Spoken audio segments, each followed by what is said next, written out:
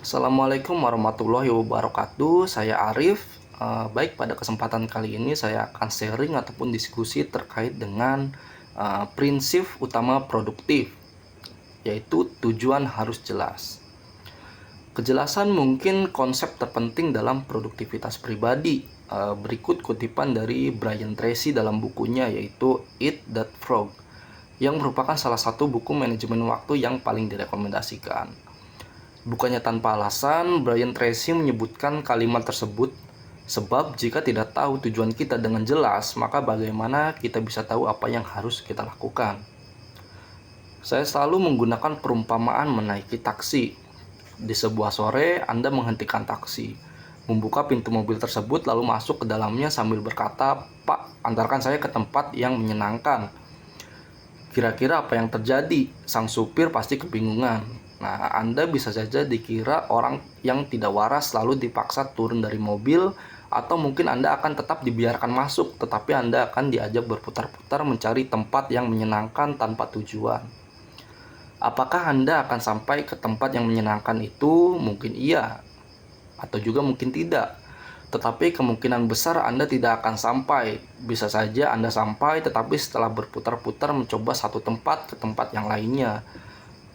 Bukankah jadi tidak efektif? Anda jadi menghabiskan waktu, energi, sekaligus materi yang sangat besar.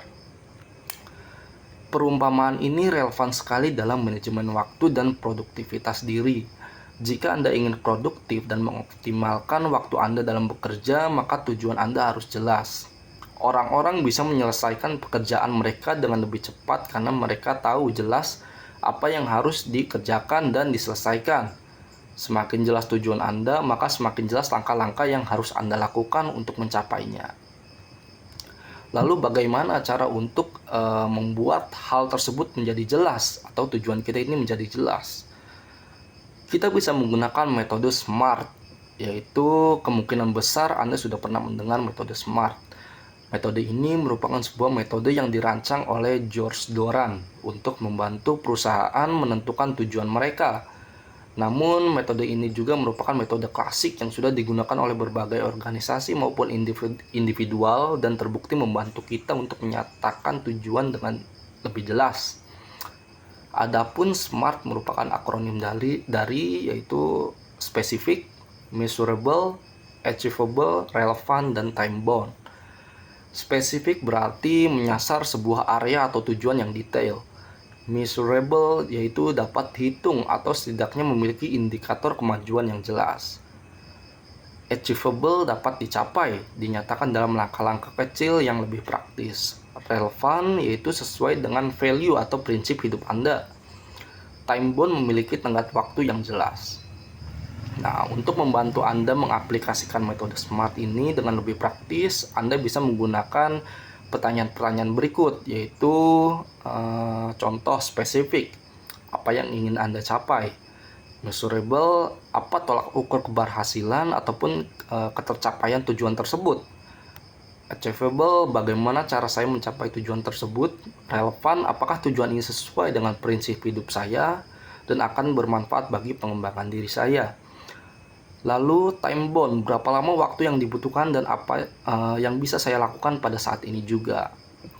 Nah, tanyakanlah diri Anda menggunakan pertanyaan tadi sesuai dengan apa tujuan Anda dan secara jelas. Jika sudah, yang paling terpenting adalah tindakan ataupun action. Setelah Anda berhasil menyusun tujuan yang jelas, maka langkah selanjutnya adalah menyusun rencana untuk bertindak. Jika Anda menggunakan metode SMART tadi, maka Anda pasti sudah menanyakan pada diri Anda sendiri bagaimana cara saya mencapai tujuan tersebut. Anda bisa mengembangkan jawaban dari pertanyaan itu untuk menyusun rencana tindakan. Sebagai contoh, ambil sebuah kertas, buka aplikasi Notes pada smartphone Anda, lalu tuliskan hal-hal yang harus Anda kerjakan untuk mencapai tujuan tadi. Sebutkan dengan kata kerja yang berorientasi aksi.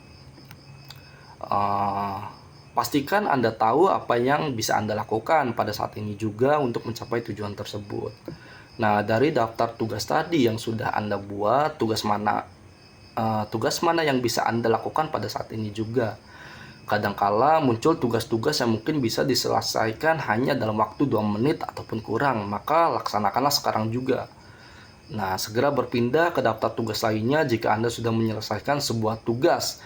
Dengan demikian, Anda bergerak semakin dekat menuju tujuan Anda.